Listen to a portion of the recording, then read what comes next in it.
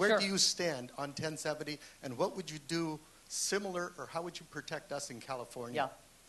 So I have a tremendous amount of sympathy for the people of Arizona. They rose up in frustration because of an abject failure of the federal government to secure our borders of the United States. However, I think I've got a better plan for California. California is a much bigger state than Arizona, both geographically as well as the number of people who live in California. So here's what we must do. First and foremost, I want to set the record straight. I am 100% against amnesty. No exceptions. And, that has been so misrepresented, but you're right, welcome to politics. In any case, so 100% against amnesty. Then what we've got to do is we have got to secure the border of the United States of America. And I've got some firsthand experience. I went down to the border and spent a lot of time actually, with the Border Patrol agents between Mexico and California in what's called the San Diego section. Trust me when I tell you we have not given these Border Patrol agents the resources they need. They are undermanned, they don't have the technology, infrared and motion detector, and the fences that have been built are only recently built and not adequate. The very first fence that was built in the 80s is 1971 Vietnam-era fencing that comes to here on me.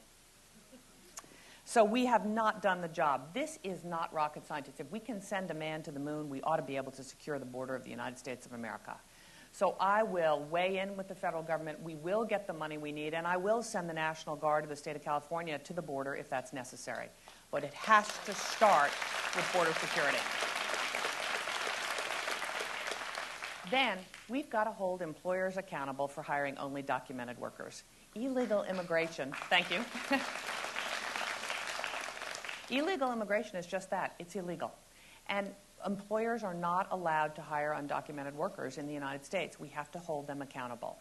And I'm in favor of a 3 strikes and you're out. We'll do workplace inspections. If your company is hiring undocumented workers 3 times, you will lose your license and you'll pay a fine. And this, I think, will actually set a standard and will also encourage illegal immigrants to go home. So you've seen what's happened in the recession. As the hospitality industry contracted, as the construction industry contracted, many illegal immigrants went home because the jobs were not here.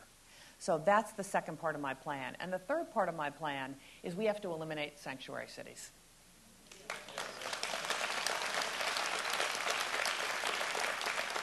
And the most egregious case is, of course, San Francisco, south of here. So I believe if we do those 4 things, communicate no amnesty, secure the border, hold employers accountable, and eliminate sanctuary cities, we can get our arms around this problem. And it is absolutely essential because the costs are enormous. I don't know if you know, but 30% of the state prisoners are probably illegal immigrants. We don't get reimbursed for those monies, and it's putting a burden on every element of the state budget. So that's the plan.